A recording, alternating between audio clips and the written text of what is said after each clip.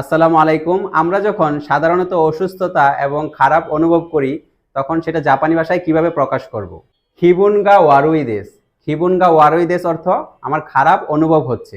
আমাদের যদি খারাপ অনুভব হয়, আমরা জাপানিজ ভাষায় বলতে পারি খিবুনগা ওয়ারুই দেস, অর্থাৎ আমি খারাপ ফিল করছি।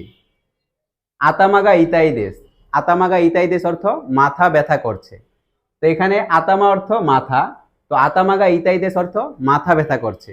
আমাদের যদি অন্য কোনো বডি পার্ট বা যে কোনো ব্যথা করে, তাহলে আমরা এই মাথার জায়গায় ওই পার্টটা বললেই কিন্তু আরেকটা সেন্টেন্স হয়ে যাবে। যেমন নিচে নোদোগা ইতাই দেস, নোদো অর্থ গলা, তো গলা ব্যথা করছে, নোদোগা ইতাই দেস অর্থ গলা ব্যথা করছে। নেতসুগা আরিমাস। নেতসুগা আরিমাস অর্থ জ্বর আছে। আপনার যদি জ্বর থাকে আপনি বলতে পারেন নেতসুগা আরিমাস। সেকিগা দেমাস। সেকিগা দেমাস অর্থ কাশি আছে। কাজেও হিকিমাস। কাজেও হিকিমাস অর্থ ঠান্ডা লেগেছে।